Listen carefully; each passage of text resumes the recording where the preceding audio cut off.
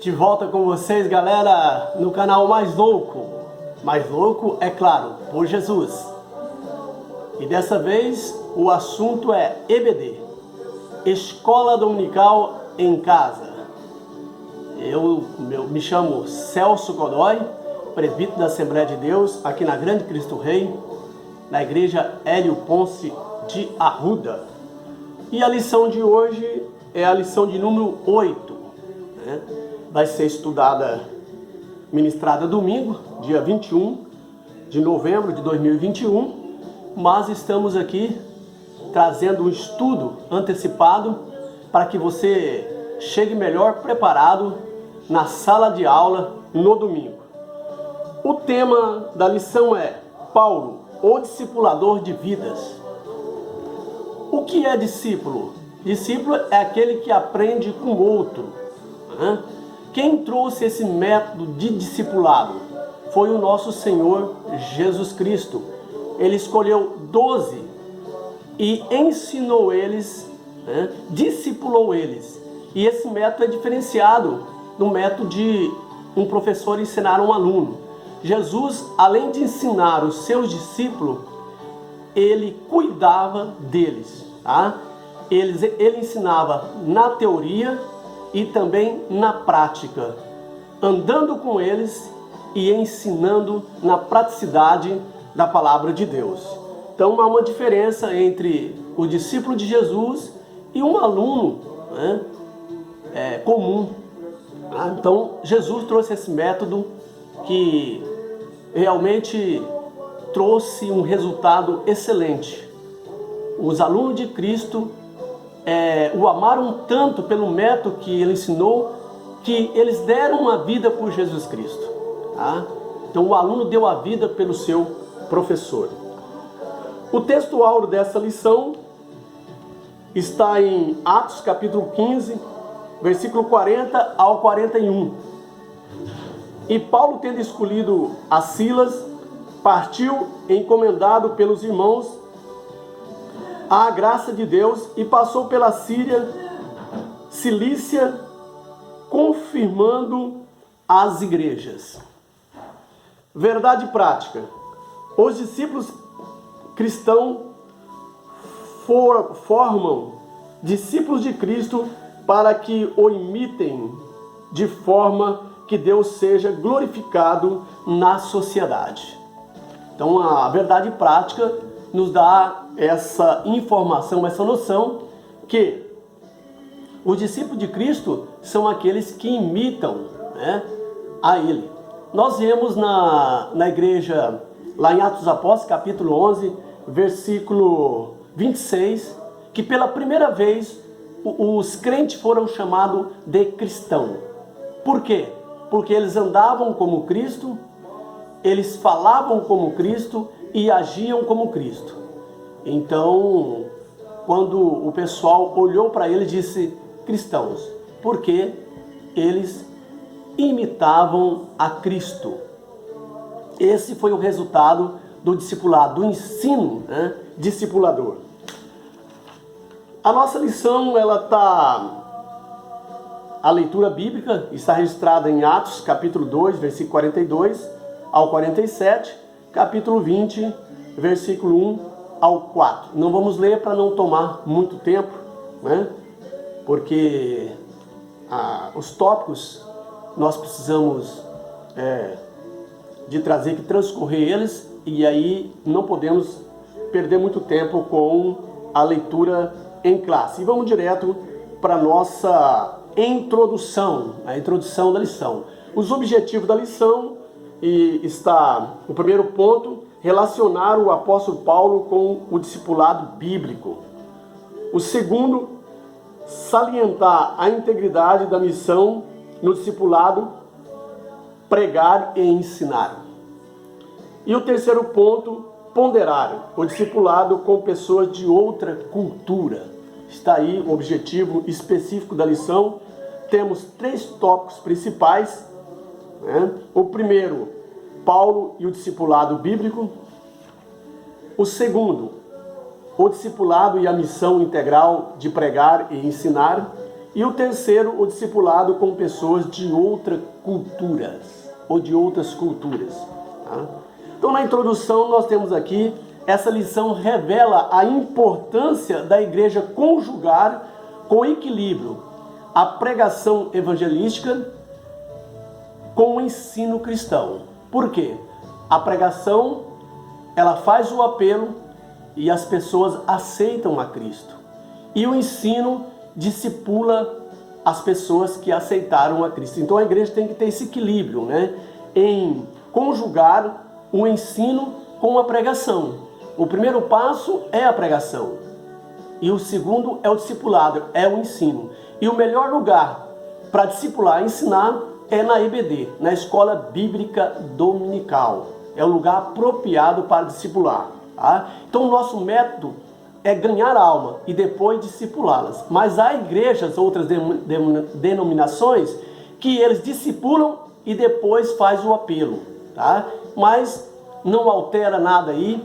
O importante é ganhar as almas para Cristo e ensiná-la. Cumprir o que está em Mateus capítulo 28 e versículo 19 ao 20. Tá? Nós temos que cumprir esse imperativo do Senhor Jesus. Nessa lição nós veremos os aspectos gerais do discipulado, com destaque, é lógico, para o papel de Paulo, o maior missionário, né, pregador e discipulador de pessoas para Cristo. Paulo, ele discipulava, ele pregava o evangelho, e o lugar que ele chegava, ele plantava a igreja para dar essa sustentação de discipular as pessoas, para elas aprenderem a servir a Cristo na praticidade do evangelho. Tá? Percebemos que esse foi o meio pelo qual o nosso Senhor Jesus Cristo concedeu para que recém-nascidos na fé fossem formados segundo o caráter de Cristo. Tá?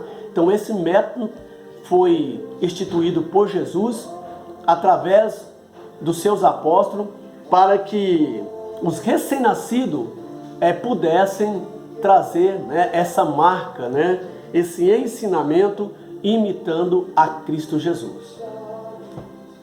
No primeiro ponto da lição, ou o primeiro tópico da lição, Paulo e o discipulado bíblico. Primeiro ponto, o discipulado bíblico.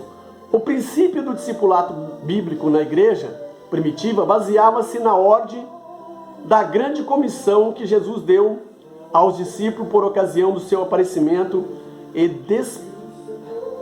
despedida. Mateus 28, 19 e 20. Após o Pentecoste, quando a igreja nasceu, historicamente, o cuidado com o recém-nascido na fé precisava ser bem estruturado. Em Atos 2, versículo 42 ao 47, vemos claramente que as escrituras, né, a doutrina, a oração, a prática da comunhão e do serviço faziam parte do programa de discipulado da igreja. Assim, o apóstolo Paulo, onde fazia discípulo, não somente convencia-os a respeito de Cristo, mas mostrava-lhes como imitá-los. Né? Atos capítulo 17, verso 1 ao 19 e 1 Tessalonicenses 1, versículo 2 ao 10. Então, o discipulado bíblico tem essa missão, tá? De cuidar dos recém-nascidos ou dos nascidos na fé. Tá?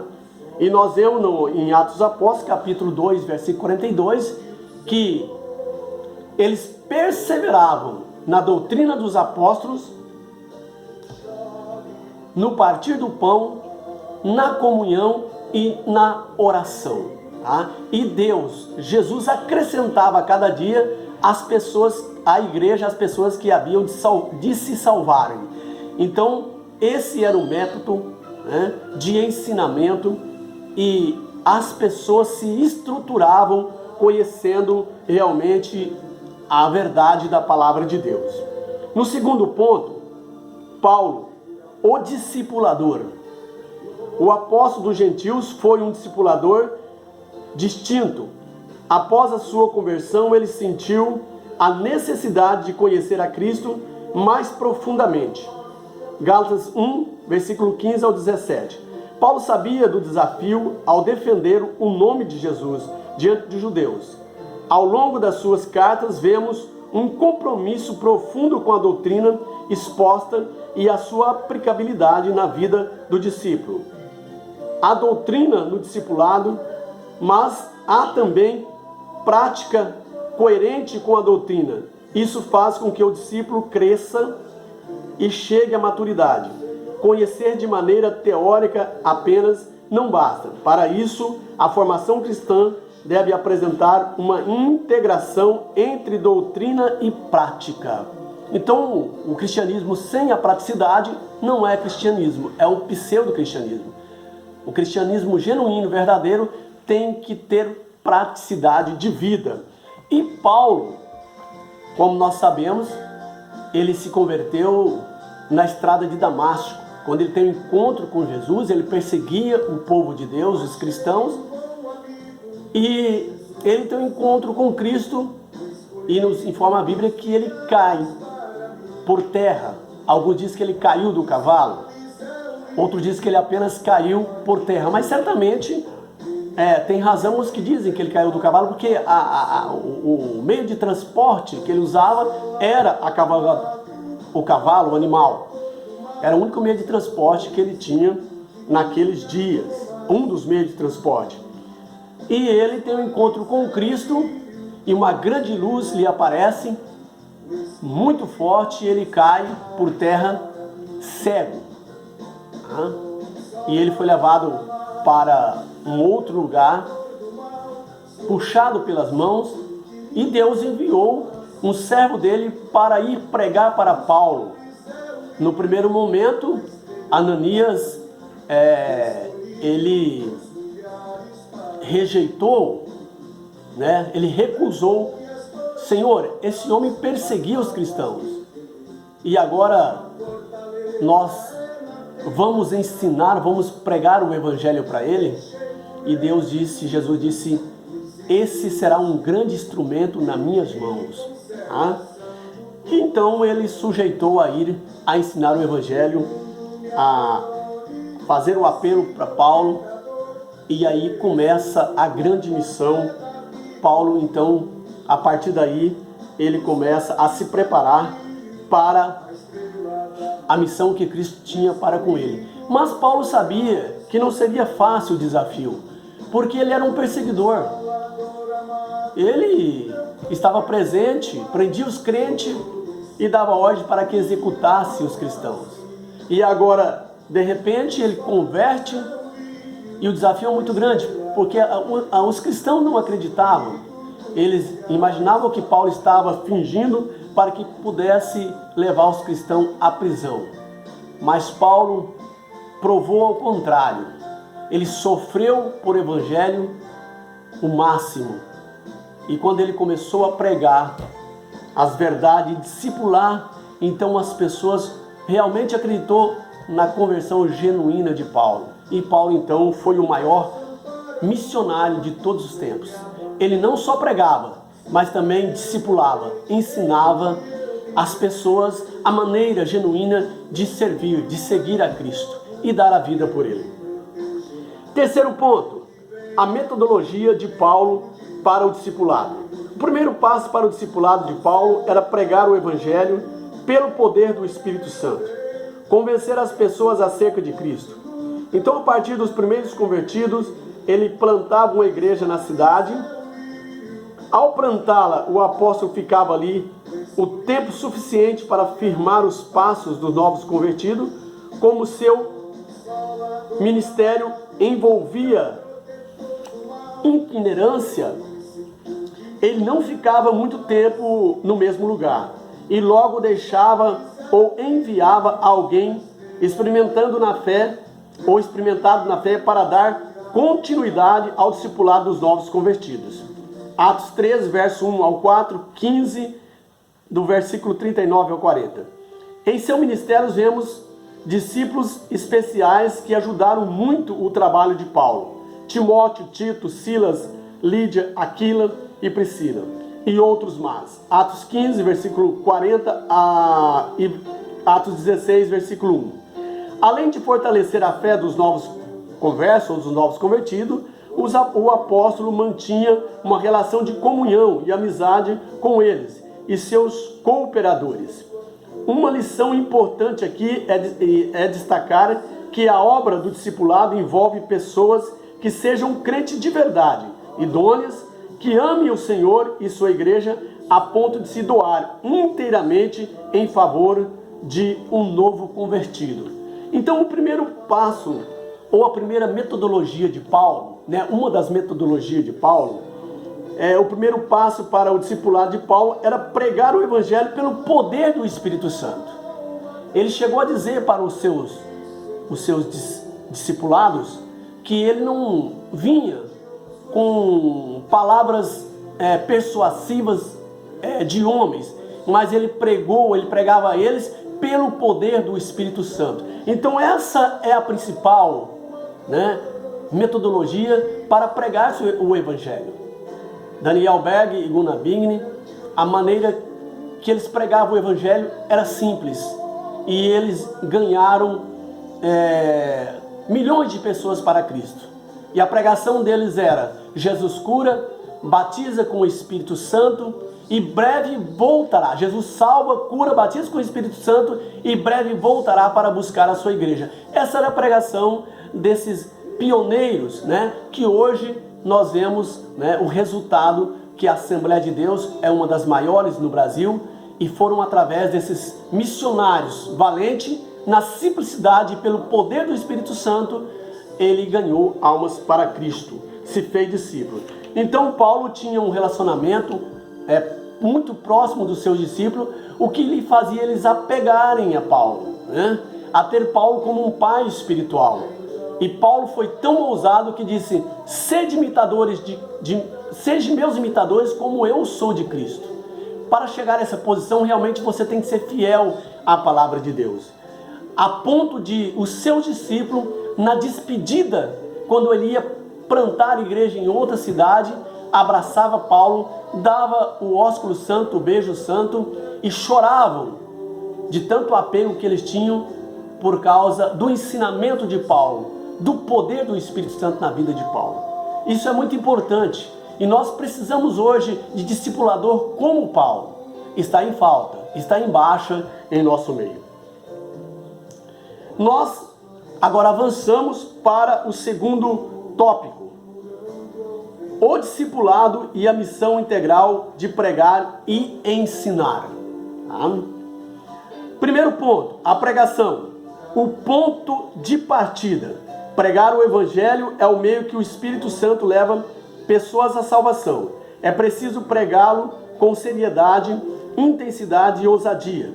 A igreja de Cristo se expandiu assim. Ela tinha como ponto de partida a tarefa que Jesus deixou ao seu discípulo, como vimos anteriormente.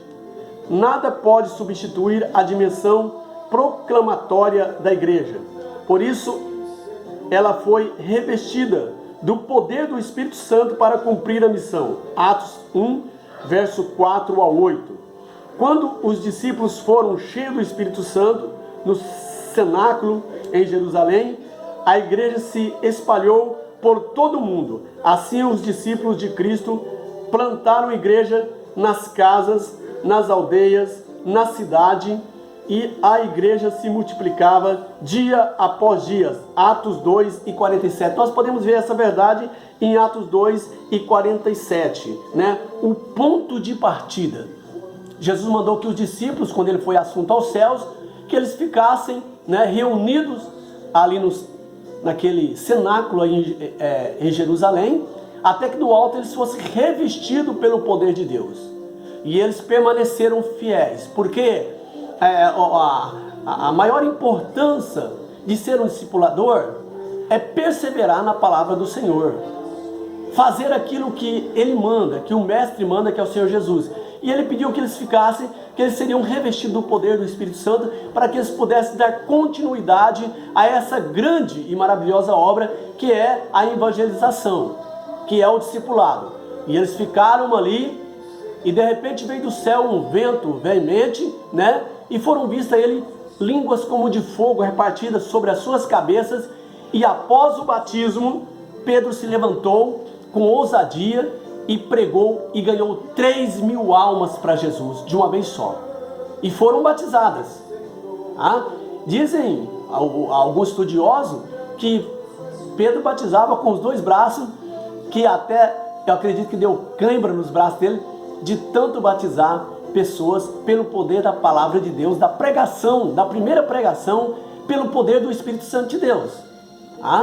Se convertiam e logo eles queriam, pela a pregação, pelo ensinamento, a fazer parte do rol de membro da igreja de Cristo.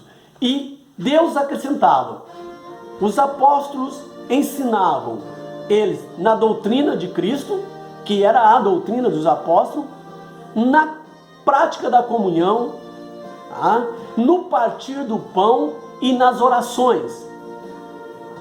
Esse ensino era contínuo e Deus acrescentava à igreja a cada dia as almas que haviam de se salvar. E a igreja começou com 3.000, depois foi para 5.000, e aí não podemos mais, não tem mais condições de contar, e são milhões de pessoas que abraçaram a Cristo através do discipulado dos seus grandes missionários, como o apóstolo Paulo, Pedro, João, e assim segue-se até hoje, a grandeza da obra de Deus pelo discipulado, pelo ensinamento, tá? Segundo ponto, o ensino, fazer discípulos.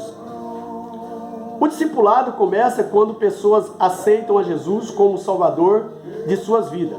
Logo, a conversão a Cristo é a semente da igreja. Quando cuidada pelos discipuladores, essa semente germina e dá frutos. Não foi assim que aconteceu no dia do Pentecoste?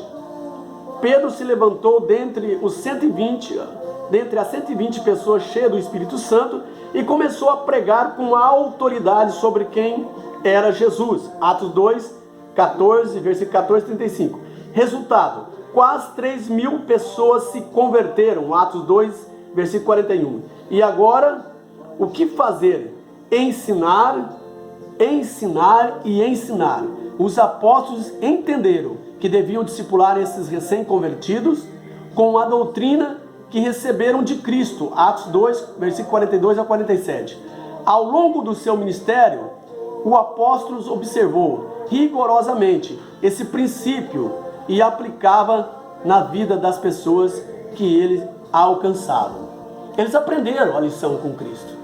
Jesus chegou a dizer para os discípulos: o mundo conhecerão que vós sois o meu discípulo, se amardes como eu tenho vos amado. Então, a marca principal dos discípulos de Jesus é o amor. É a supremacia do amor.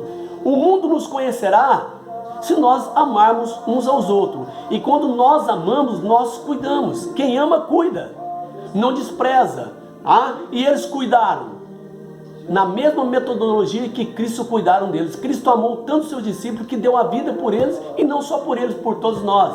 E os discípulos davam a vida pelos seus discipulados, imitando a Cristo.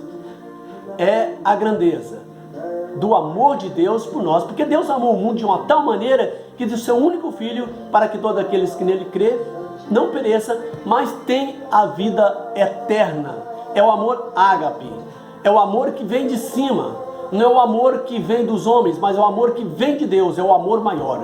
E debaixo desse amor, os outros amores se tornam genuínos. Mas sem esse amor ágape, os outros amores se tornam más. E aí nós temos no grego o amor eros, o amor philos, o amor e outros amores que denominado ou nominado pelos gregos. Esses amores, eles precisam estar debaixo do guarda-chuva do amor ágape, que é o amor, o grande amor de Deus. Terceiro ponto, pregação e ensino. A igreja local é um lugar onde a palavra de Deus deve ser proclamada com autoridade, em que pessoas sejam atraídas pelo Espírito Santo a Cristo. Mas a igreja também é um local de formação por meio do ensino da Bíblia. Por isso que as reuniões da escola dominical e os cultos de ensino da palavra são instrumento importante para forjar o caráter cristão e formar pessoas, crianças, adolescentes, jovens e adultos, que imitem a Cristo em suas vidas. Essa é uma das nobres missões da Igreja de Cristo. A igreja, ela é o ponto de partida para se formar cristão. Tá?